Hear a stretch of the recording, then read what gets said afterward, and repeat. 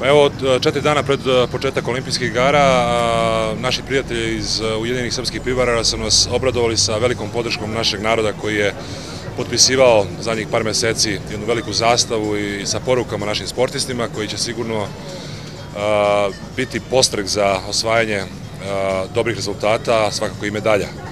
100 godina od prvog učešća na olimpijadi kao Srbije i 98 medalja koliko je osvojeno do sada, daće nam veliki postrek da osvojimo i 100. medalju. 115 sportista je plasirano, kao što sam rekao 27. su otvaranje, 28. znači počinju sa takmičenjima i nadamo se da ćemo iz Londona doći zadovoljni i srećni.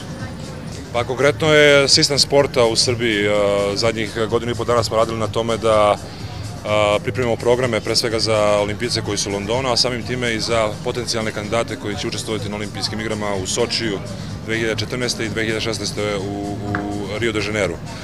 Veoma je teško postizati vrhunske rezultate ukoliko nemate kontinuitet treninga i takmičenja svih tih godina, govorim za ciklus od 4 godine, tako da je veoma potrebno pre svega našim mladima koji su ostvarili dobre rezultate u juniorskoj konkurenciji pripremati ih za Rio.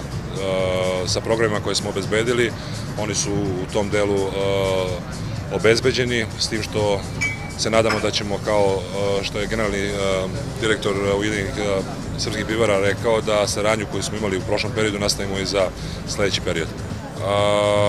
Pa svaki od njih je veoma iskusan i u dobroj poziciji čim je došao u poziciju da učestvuje na olimpijskim igrama. Vrlo malo sportista dođe u opštu situaciju da se plasira na olimpijske igre, tako da je taj rezultat već sam po sebi veliki.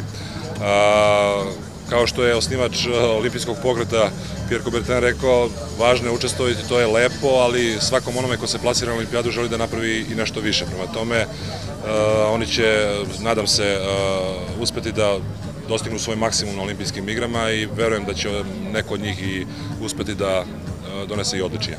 Pa stvarno nije važno koji sport, važna je medalja, pogotovo sa olimpijskih igara, ona ima svoje neko značenje, ne samo za tog sportistu koji je ostvario rezultat, nego za sve nas iz naše zemlje. Mislim da je to nekako savršenstvo sporta kada osvojite medalju na olimpijadi.